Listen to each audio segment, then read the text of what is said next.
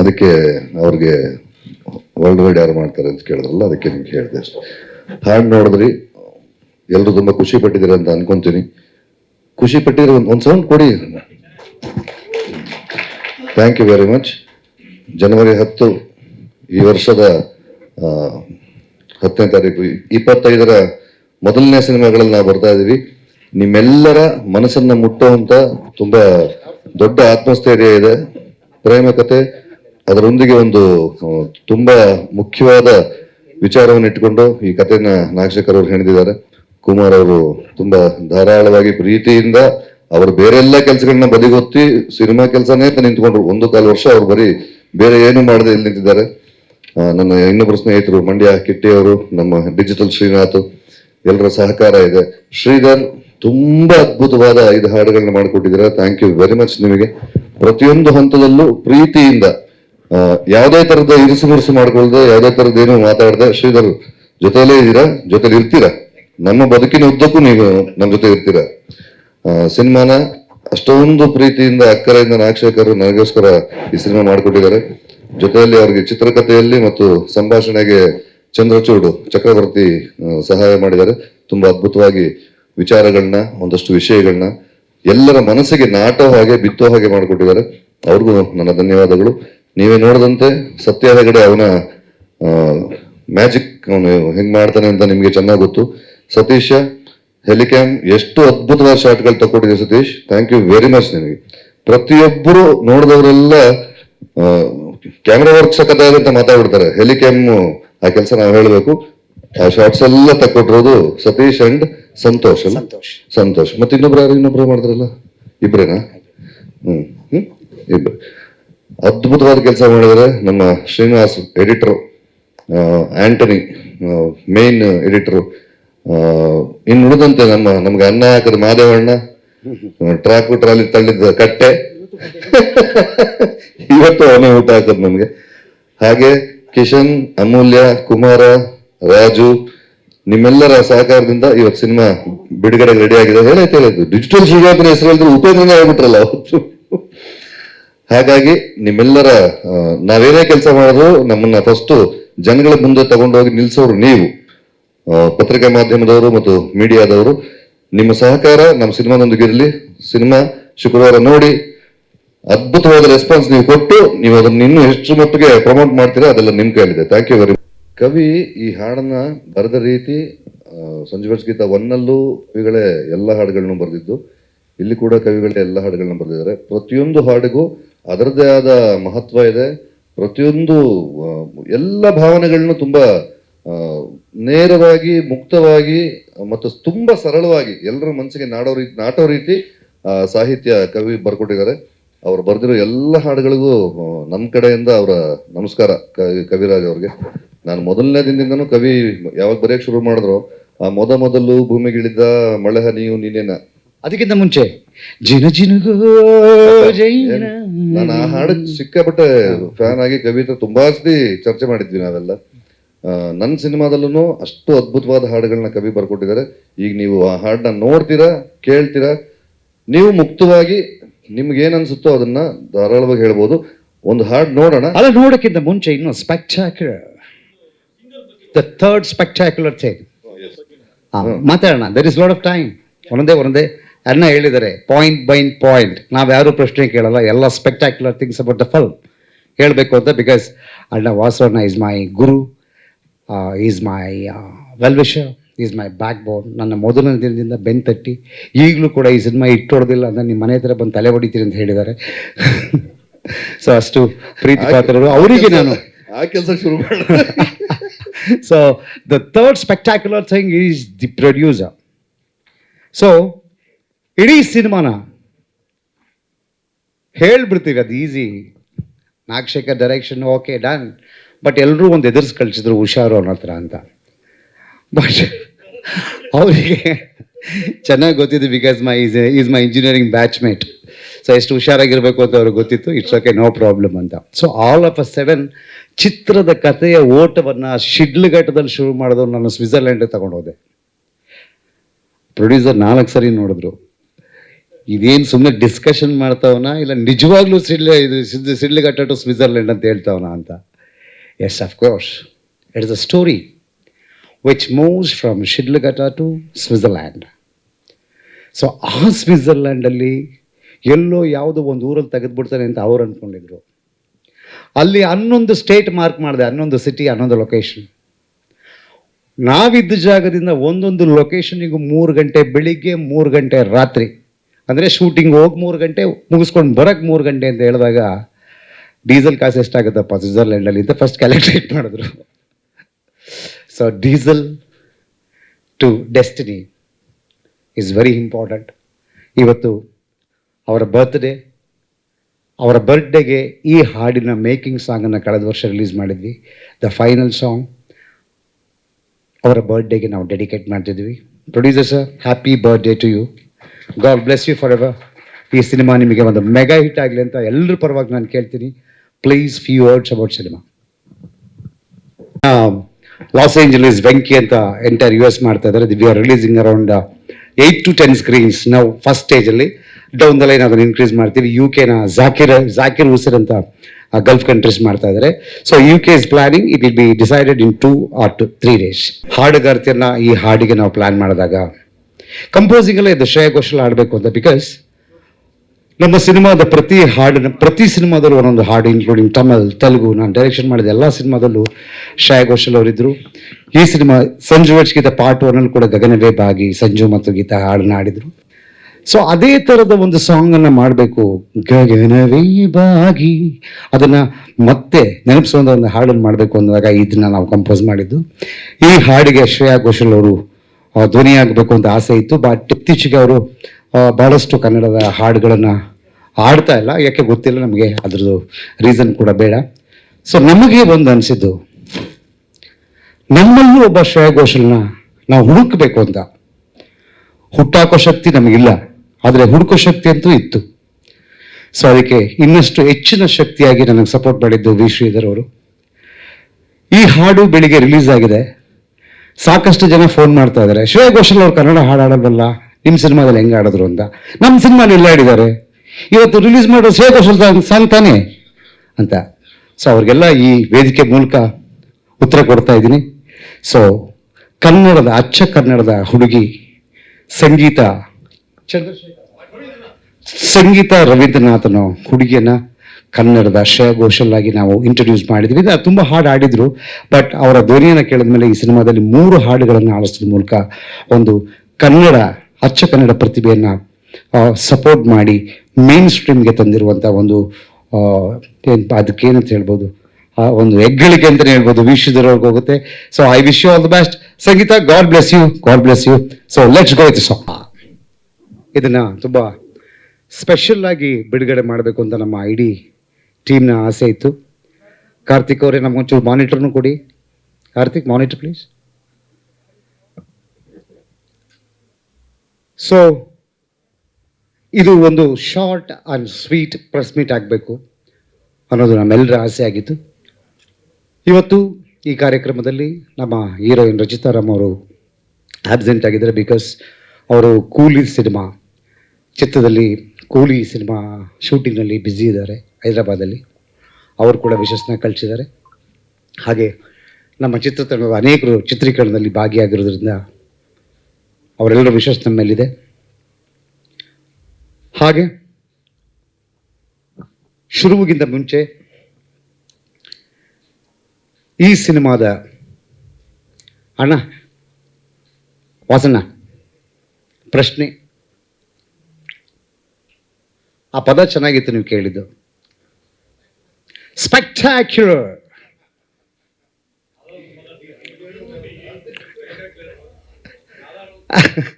ಇಲ್ಲ, ನೀವು ಹೇಳಿದ್ದಾಗಿತ್ತು, orchestra feel ಆಗೋಯ್ತು ನಂಗೆ ಒಂದ್ಸರಿ.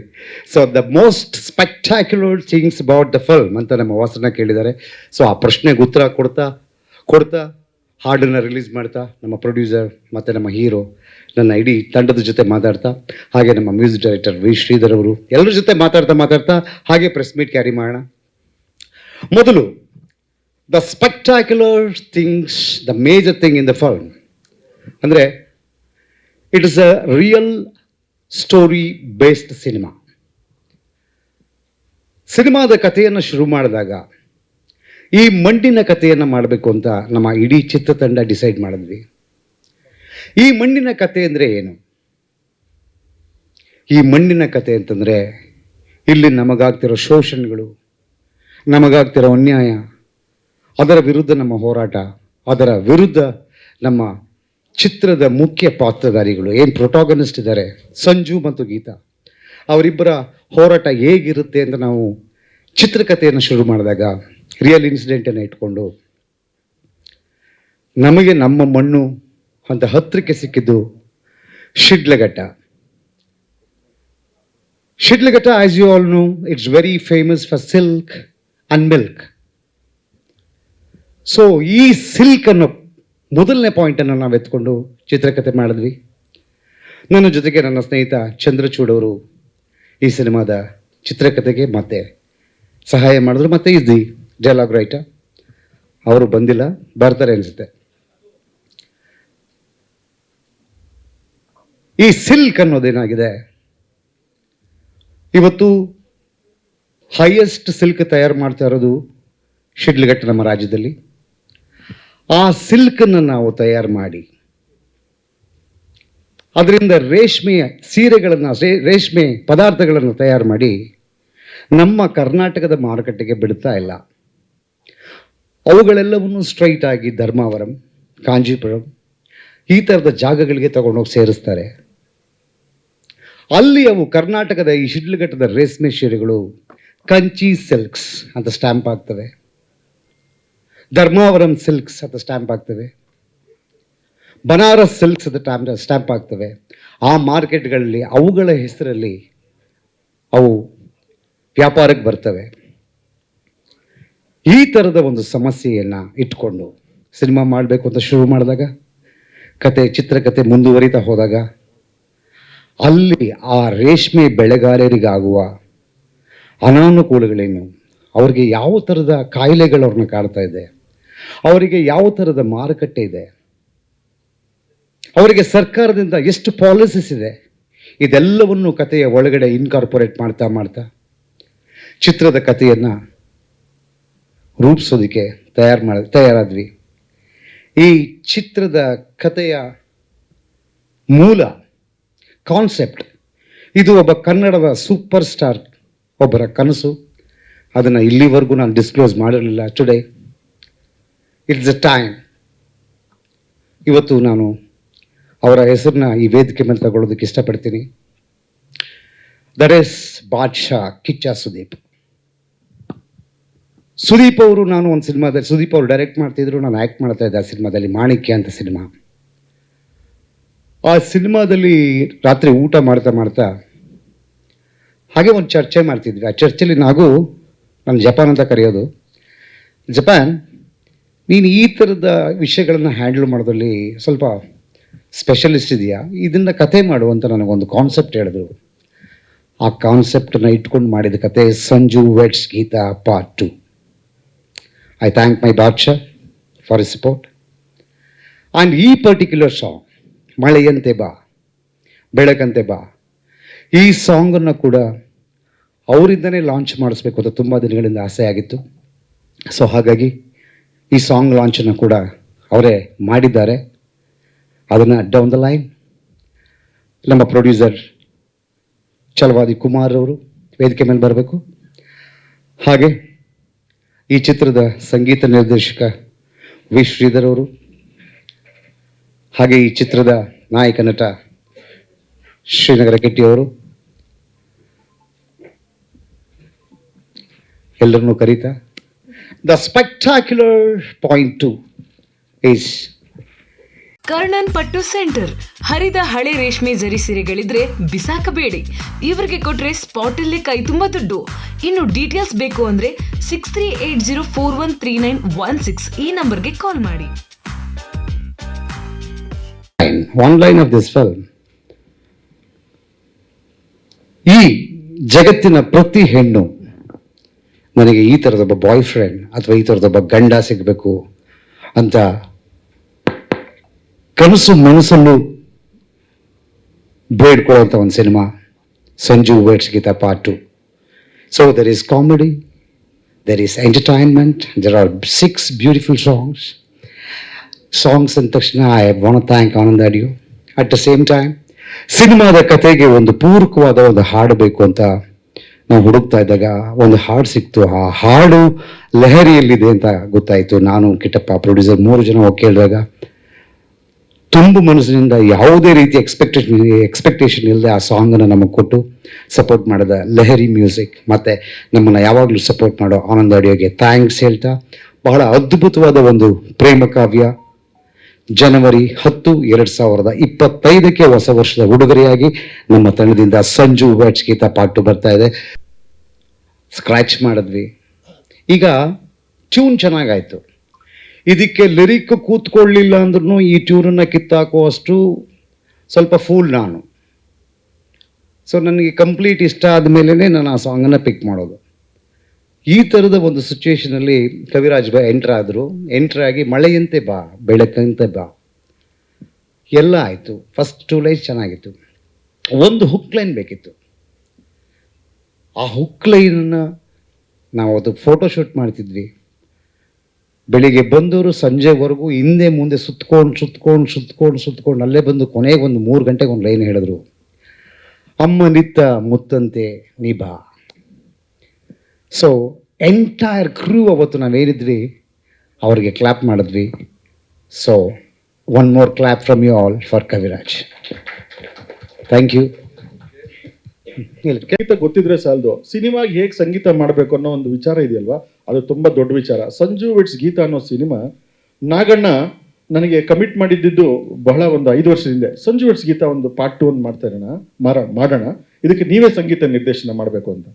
ಅಣ್ಣ ಇದು ಹೇಗೆ ಇಷ್ಟು ದೊಡ್ಡ ಮ್ಯೂಸಿಕಲ್ ಹಿಟ್ ಆಗಿಬಿಟ್ಟಿದೆ, ಹಿಟ್ಟನ್ನ ನಾವು ಹೋಗಿ ಅದನ್ನು ಸೆಕೆಂಡ್ ಪಾರ್ಟ್ 2ನ ಮಾಡ್ಕೊಂಡು ನಾನು ಮ್ಯೂಸಿಕ್ನ ಓಕೆ ಮಾಡೋ ಒಂದು ಕೆಪಾಸಿಟಿ ಇದೆ, ಆತ್ಮಸ್ಥೈರ್ಯ ಇದೆ, ನೀವು ಜೊತೆಲಿದ್ದೀರಾ, ಎಲ್ಲ ಮಾಡ್ಬೋದು. ಬಟ್ ಒಂದು ಹಿಟ್ಟನ್ನ ಮತ್ತೆ ಪಾರ್ಟ್ 2 ಅಂತ ಮಾಡ್ಕೊಂಡು ನಾನೊಬ್ಬ ಬೇರೆ ಸಂಗೀತ ನಿರ್ದೇಶಕರು ಇದು ಮಾಡಿದರೆ ನಾನು ಅದನ್ನು ಮಾಡಿ ಕಾಂಪಿಟೇಟಿವ್ ಹೇಗೆ ಜನಗಳ ಮನಸ್ಸಲ್ಲಿ ಖಂಡಿತ ಅಲ್ಲ ಆಗುತ್ತೆ ಬನ್ನಿ ಅಂತ. ಅಲ್ಲಿಂದ ಹುಡುಕಾಟ ಸ್ಟಾರ್ಟ್ ಆಗುತ್ತೆ. 5 ವರ್ಷದಿಂದ ಹುಡುಕಾಟ. ನಡಿ ಮುಂದೆ ಅನ್ನೋ ಒಂದು ಹಾಡು ಫಸ್ಟ್ ಕಂಪೋಸ್ ಮಾಡ್ತೀವಿ, ಅದು ಡಾಕ್ಯುಮೆಂಟ್ ಆಗಿರುತ್ತೆ. ಅದಾದ ನಂತರ ಮಳೆಯಂತೆ ಬಾ, ಕವಿರಾಜ್ ಅವರ ಒಂದು ಸಾಹಿತ್ಯ ಅದಕ್ಕೆ ಬಿದ್ಮೇಲೆ ಮಳೆಯಂತೆ ಬಾನೆ. ಅಲ್ಲಿ ಅದಕ್ಕಿಂತ ಮುಂಚೆ ತರರಾರೇ, ಈ ತರರಾರೆ ಅನ್ನೋದೇ ಒಂದೊಂಥರ ಮೊದಲನೇ ಶಿಶು. ಅಂದ್ರೆ ಈ ಹುಟ್ಟೋಕ್ಕಿಂತ ಮಕ್ಕಳು ಹುಟ್ಟಿದ ಮೇಲೆ ಚಿನ್ನ, ರನ್ನ, ಪುಟ್ಟ ಆ ಥರ ಕರಿತಾ ಇರ್ತಲ್ಲ, ಆ ಥರ ತನನಾನೆ ಅಂತ ನಾವು ಸ್ಟಾರ್ಟ್ ಮಾಡ್ತೀವಿ ಒಂದು ಸಾಂಗನ್ನ. ಅದಾದ್ಮೇಲೆ ನಾಮಕರಣ ಮಾಡಿದ್ಮೇಲೆ ಒಂದು ಬರುತ್ತಲ್ಲ, ಆ ಥರ ನಾಮಕರಣ ಮಾಡಿದ್ಮೇಲೆ ಮಳೆಯಂತೆ ಆದ್ಮೇಲೆ ಅದು ನಿಜವಾಗ್ಲೂ ತುಂಬ ದೊಡ್ಡದಾಗಿ ಸಾಂಗು ಬೆಳೆದಿದೆ. ಅದ್ರ ಜೊತೆಗೆ ನಮ್ಮ ಕಿಟ್ಟಪ್ಪ ಅವರು ಬಹಳ ನೆಚ್ಚಿನ ನನ್ನ ನಾಯಕ ನಟರು. ಇವರು ಒಳ್ಳೆ ಗಾಯಕರೇ, ನಿಮ್ಗೆಲ್ಲರಿಗೂ ಗೊತ್ತಿರಲ್ಲ ವಿಚಾರ. ನಾನು ತಮಾಷೆ ಮಾಡ್ತಾ ಇಲ್ಲ, ಎಲ್ಲ 1.5 ಎಫೆಕ್ಟ್ಸು.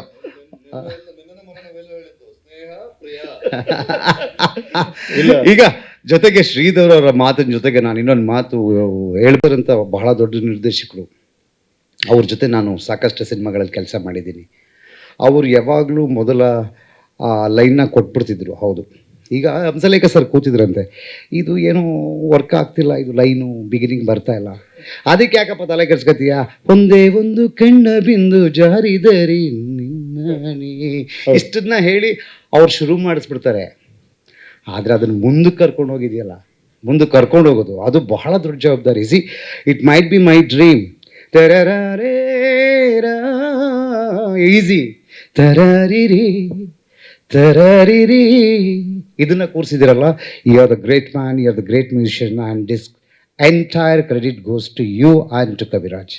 ಧನ್ಯವಾದಗಳು ನಗಣ. ಇದು ಪರಸ್ಪರ. ನಾನು ಹೇಳಕ್ the height of modesty, the height of honesty cinema ವಿಚಾರದಲ್ಲಿ I am seeing Nagshekar sir on this stage, and I would like to really thank him. ಅವ್ರನ್ನ ಎಷ್ಟು ಹೊಗಳಿದ್ರು ಸಾಲದು, ಮತ್ತು ನಾನು ಎಷ್ಟು ಧನ್ಯವಾದಗಳು ಹೇಳಿದ್ರು ಸಾಲದು. ಸಂಜು ವೇಟ್ಸ್ ಗೀತಾ ಅನ್ನೋ ಒಂದು ಮಹತ್ತರವಾದ ದೊಡ್ಡ ಸಿನಿಮಾ, ಅದೊಂದು ಫ್ರ್ಯಾಂಚೈಸಿ ಅಂತಲೇ ಹೇಳಿದ್ದೆ ನಾನು. ಇದರ ಲಾಂಚಿಂಗ್ ಅಶೋಕ ಹೋಟ್ಲಲ್ಲಾಯಿತು.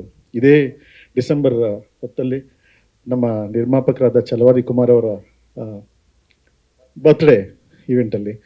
ಸೊ ಅವತ್ತು ಹೇಳಿದೆ ಸಂಜು ವೆಟ್ಸ್ ಗೀತಾ ಒಂದು ಫ್ರಾಂಚೈಸಿ ಅಂತ. It's A ಸಾಗಾ, love ಸಾಗಾ, it will continue for ever. So ಹಾಗಾಗಿ ಇದರ ರೂವಾರಿ Nagashekar sir, is not only an actor, not only an director, but also A good musician. ಸಾಕಷ್ಟು ಜನರಿಗೆ ಗೊತ್ತಿರ್ಬೋದು, ಗೊತ್ತಿಲ್ಲದೇನೂ ಇರ್ಬೋದು. ಅವರು ಒಬ್ಬ ಒಳ್ಳೆ ಹಾಡುಗಾರ. ಇವಾಗಲೇ ಹೇಳಿದ್ರಲ್ಲೋ, ತರರೇ ನನಗಿಂತನೂ ಚೆನ್ನಾಗಿ ಆಡ್ತಾರೆ. ಆಡ್ತಾರೋ ಆಡ್ಕೋತಾ ಇದ್ದೀರೋ ಇಲ್ಲ ಇರ್ಲಿ. ಸತ್ಯವಾಗ್ಲು ಸತ್ಯ. ಇಲ್ಲ ಇಲ್ಲ, ಹಾಡುಗಾರಿಕೆ ಸಾಕಷ್ಟು ನಿರ್ದೇಶಕರಿಗೆ ಹಾಡೋದಕ್ಕೆ ಬರಲ್ಲ. ನಿರ್ದೇಶಕರಿಗಲ್ಲ, ಸಂಗೀತ ನಿರ್ದೇಶಕರಿಗೂ ಸಾಕಷ್ಟು ಜನ ಕಂಪೋಸ್ ಮಾಡ್ತಾರೆ. ಇದೊಂದು ವಿಚಾರ ಗೊತ್ತಿರಬೇಕು. ಯಾಕೆ ಮ್ಯೂಸಿಕ್ ಡೈರೆಕ್ಟ್ರು ಸ್ಟೇಜ್ ಮೇಲೆ ಹಾಡೋದಕ್ಕೆ ಸುಮಾರು ಮ್ಯೂಸಿಕ್ ಡೈರೆಕ್ಟ್ರು ಹಿಂಜರಿತಾರೆ, ಹಾಡೋದಿಲ್ಲ. ಹಾಡುಗಾರಿಕೆ ಬೇರೆ, ಕಂಪೋಸಿಂಗೇ ಬೇರೆ. ಸೊ ಈ ನಿಟ್ಟಿನಲ್ಲಿ ಇವತ್ತಿನ ಸಂಗೀತ ನಿರ್ದೇಶಕರು ಸುಮಾರು ಜನ ಸ್ಟೇಜ್ ಮೇಲೆ ಹಾಡೋದುಂಟು, ಶೋಸ್ ಕೊಡ್ತಾರೆ. ಇದೆಲ್ಲ ಒಂದು ಪ್ರಚಲಿತವಾದ ಒಂದು ಇದಾಗಿದೆ. ಹಳೆ ಕಾಲದಲ್ಲಿ ನೀವು ನೋಡ್ತಾ ಇದ್ರೆ ಸಿಂಗರ್ಸ್ ಮೊಹಮ್ಮದ್ ರಫಿ ಇರ್ಬೋದು, SP ಬಾಲಸುಬ್ರಹ್ಮಣ್ಯಂ ಅವರು ಇರ್ಬೋದು, S ಜಾನಕಿ ಅವರು ಇರ್ಬೋದು, ಚಿತ್ರಮ್ಮ ಇರ್ಬೋದು, ಅವ್ರೆಲ್ಲ ಹಾಡ್ಬೇಕಾದ್ರೆ ಮ್ಯೂಸಿಕ್ ಡೈರೆಕ್ಟರ್ಸ್ ಕಂಡಕ್ಟಿಂಗ್ ಮಾಡ್ತಾ ಇರ್ತಾರೆ. ಸೊ ಹಾಗಾಗಿ ನಿರ್ದೇಶಕರಲ್ಲಿ, ಇವಾಗಿನ ಪೀಳಿಗೆ ನಿರ್ದೇಶಕರಲ್ಲಿ ಹಾಡುಗಾರಿಕೆ, ಸಾಹಿತ್ಯದ ಒಂದು ಅವಲೋಕನ ಮತ್ತೆ ಸಾಹಿತ್ಯದ ಒಂದು ಪದ ಬಳಕೆ, ಅವರ ಚಿತ್ರಕ್ಕೆ ತಕ್ಕಂತೆ, ಆ ಭಾವನೆಗೆ ತಕ್ಕಂತೆ ಆ ಸಾಲುಗಳನ್ನ ತಂದು ಇಟ್ಕೊಳ್ಳೋದು, ಅದು ದಾರಿ ತಪ್ಪಿಸ್ಬೇಡಿ. ಇಲ್ಲ ಅಲ್ಲ, ಇಲ್ಲ ಡೈರೆಕ್ಟ್ ದಾರಿ ತಪ್ಪು. ಇಲ್ಲಣ್ಣ ಇರೋಂಥ ವಿಚಾರ ಹೇಳ್ಬೇಕು. ಇವಾಗ ನಿರ್ದೇಶಕರಲ್ಲಿ ಏನ್ ನಾನು ಕಂಡಂತ ನಾಗಶೇಖರ್, ನಾನು ಅವರು ಕಂಪೋಸ್ ಮಾಡ್ಬೇಕಾದ್ರೆ ನಾನು ಕಂಡಂತ ಒಂದು ನಿರ್ದೇಶನದ ಒಂದು ಏನಿದೆ, ನನಗೆ ಸಿಕ್ಕಂತ ಸಪೋರ್ಟ್ ಅಂತ ಹೇಳಕ್ ಇಷ್ಟಪಡ್ತೀನಿ. ಒಂದು ದಿನ ಮಧ್ಯರಾತ್ರಿ ಸರಿಯಾಗಿ 1:15 ನಾಗಣ್ಣ ಫೋನ್ ಮಾಡ್ತಾರೆ. ಅವತ್ತು ನಾನು ಎದ್ದಿರ್ತೀನಿ. ಬೈ ಇಲ್ಲ, 1 ನಿಮಿಷ, ಇದು ನಾಗಣ್ಣ ನೀವು ಹೇಳಿ, ಟೈಮ್ ಹೇಳ್ಬೇಡಿ ಅಷ್ಟೇ. ಇಲ್ಲ ಟೈಮ್ ಅಂದ್ರೆ ಅಲ್ಲ, ಕಂಪೋಸಿಂಗ್ ಹುಟ್ಟೋದು ಅವಾಗ್ಲೇನೆ. ಬೈ ಈ ಟ್ಯೂನ್ ನೋಡಿ ಅಂತ ಬಿಟ್ಟು ಒಂದು ಪಲ್ಲವಿ ಹೇಳ್ತಾರೆ, ದರರೇ. ಸತ್ಯವಾಗ್ಲೂ ಇದು ನಾಗಣ್ಣ ಹೇಳಿದಂತ ಸಾಲು. ಯಾಕೆ ಅಂದ್ರೆ ಇದು ಒಪ್ಕೊಳ್ಬೇಕು. ಯಾಕಂತ ಹೇಳಿದ್ರೆ ಆಮೇಲೆ ತದನಂತರ ಅದನ್ನ ಇದು ದಾರಿ ಹಿಂಗಂತ ಹೇಳಿದ್ಮೇಲೆ ಅದನ್ನ ಓಡಿಸ್ಕೊಂಡ್ ಬರೋದು, ಅದನ್ನ ಎಲ್ಲ ರಾಗನ ಎಣಿಯೋದು ಕೆಲಸ ನಾನು ಮಾಡ್ತಾ ಇರ್ತೀನಿ. ಅಲ್ಲ, ನೀವು ಸತ್ಯ, ಓಕೆ, ಐ ಅಕ್ಸೆಪ್ಟೆಡ್. ಸಿ, ದೊಡ್ಡ ಚಾಲೆಂಜ್.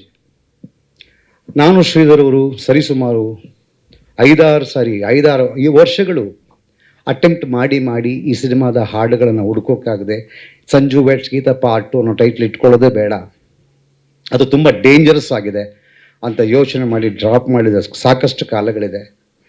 ಆ ಕಾಲದ ಮಧ್ಯೆ 2023 was wonderful. Sanju weds Geetha part 2 ಮಾಡಬೇಕು ಅಂತ ಡಿಸೈಡ್ ಮಾಡಿದ್ವಿ. ನಮ್ಮ hero Yash will go head ಅಂತ ಆಯಿತು. ಸೊ ಮತ್ತೆ ಕಂಪೋಸಿಂಗ್ ಕೂತ್ಕೊಂಡು ಮ್ಯೂಸಿಕ್ ಸಪೋರ್ಟ್ ಮಾಡಿದ್ರೆ ಮಾತ್ರ let's go head with this title, ಇಲ್ಲ ಅಂತಂದರೆ ಬೇಡ ಅಂತ ಡಿಸೈಡ್ ಮಾಡಿದಾಗ the wonderful man who gave me the first song, that is this tune. Sridhar ಅವರು ತರರೀರಾ ಅಂತ ಕಂಪೋಸ್ ಮಾಡಿದ್ದೇನೆ.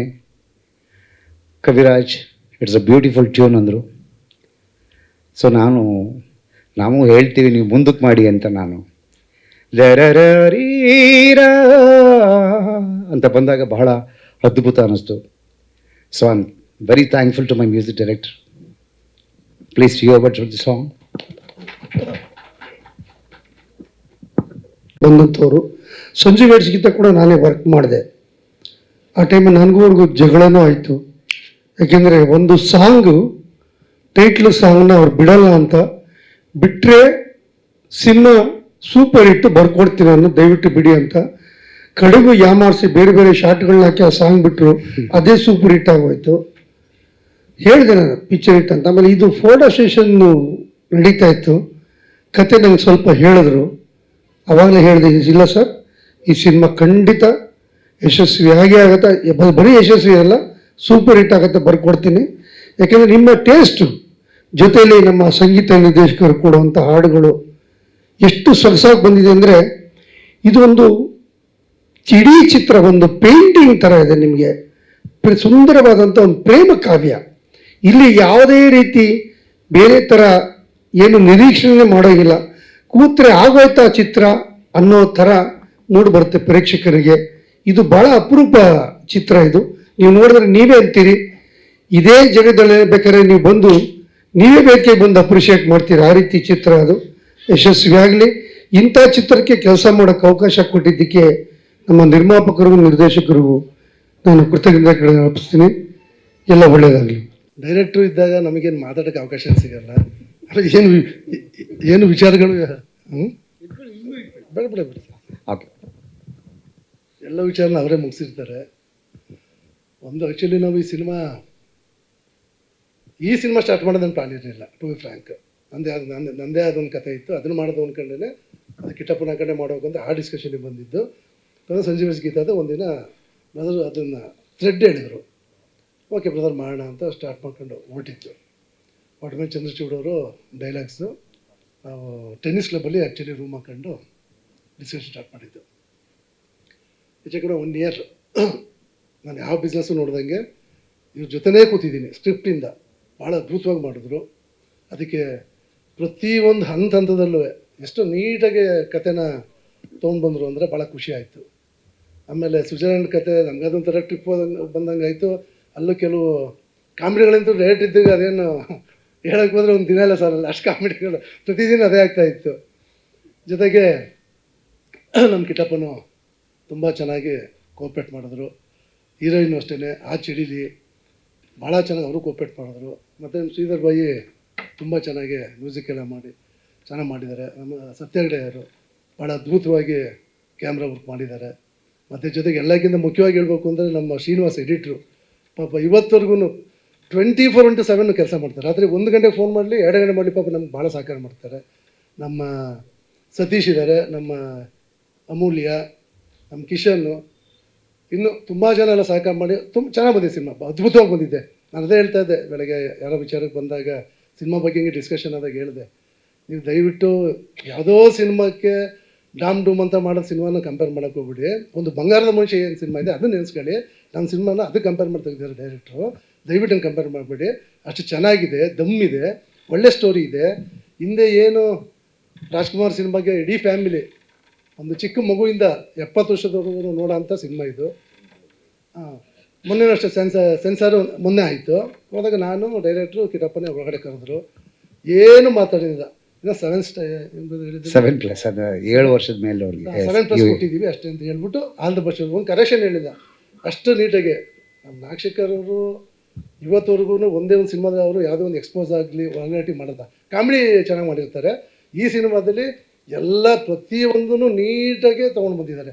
2 hours 2 minutes 2 seconds ಅದು ನಮಗೆ ನೀಟಾಗಿ ಸಿಕ್ಕಿದೆ. 222 ಜೊತೆಗೆ ನಾವು ಆ್ಯಕ್ಚುಲಿ ಡೈರೆಕ್ಟು ಆಸೆ ಪಟ್ಟಿದ್ದು ಸುದೀಪ್ ಸರ್ ಹತ್ರನೇ ಸಾಂಗ್ ಲಾಂಚ್ ಮಾಡಿಸ್ಬೇಕು ಅಂತಿದ್ದು. ಸಾಂಗನ್ನು ಅವ್ರು ಲಾಂಚ್ ಮಾಡಿದ್ದಾರೆ. ಮೋಸ್ಟ್ಲಿ ಸಾಯಂಕಾಲ ಇಲ್ಲಿ ಕಾರ್ಯಕ್ರಮಕ್ಕೆ ಬರ್ತಾ ಇದ್ದಾರೆ.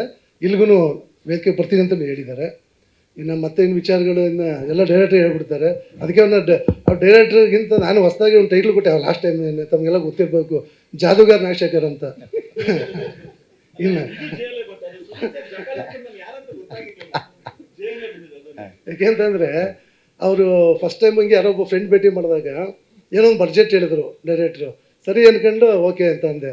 ಹಿಂಗೆ ಯಾರೋ ಸ್ನೇಹಿತರು ಭೇಟಿ ಮಾಡಿದಾಗ ಕುಮಾರ್ ಅವರೇ ದಯವಿಟ್ಟು ನಾಗಶೇಖರ್ ನೀವು ನಂಬೇಡಿ 2 ಎಕ್ಸ್ಟ್ರಾ ಇಟ್ಕೊಳ್ಳಿ ಅಂತ ಅಂದರು. ಅದು ಎಕ್ಸ್ಟ್ರಾ ಇದೆ 4 ಡಬಲ್ ಆಗೋಯ್ತು ಅದು.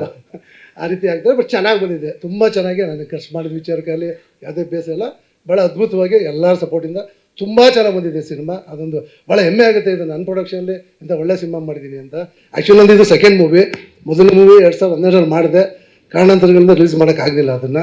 ಸೊ ಹಾಗಾಗಿ ಒಂದು ಒಳ್ಳೆ ಮೂವಿ ಮಾಡಬೇಕು ಅಂದ್ಕೊಂಡು ಆಲ್ಮೋಸ್ಟ್ 10-12 years ಆಯಿತು, 11 years ಅಂದ್ಕೊಳ್ಳಿ. 1 year ಶೂಟಿಂಗ್ ಸಿನಿಮಾ ಸ್ಟಾರ್ಟ್ ಮಾಡಿ. ಹಂಗೆ ಒಂದು ಒಳ್ಳೆ ಕತೆ ಸಿಕ್ಕಲಿ ಒಳ್ಳೆ ಸಿನಿಮಾ ಮಾಡಬೇಕು ಅಂತ ಬಂದಿದ್ದೀನಿ. ತಮ್ಮಗಳ ಪತ್ರಕರ್ತರ ಸಹಕಾರ ನಮ್ಗೆ ಇಂಪಾರ್ಟೆಂಟು. ಯಾಕೆಂದರೆ ಇದು ಜನಗಳು ರೀಚ್ ಆಗಬೇಕು. ಜನರು ರೀಚ್ ಮಾಡೋ ಅಂಥದ್ದು ನಿಮ್ಮ ಜವಾಬ್ದಾರಿ ಇದೆ.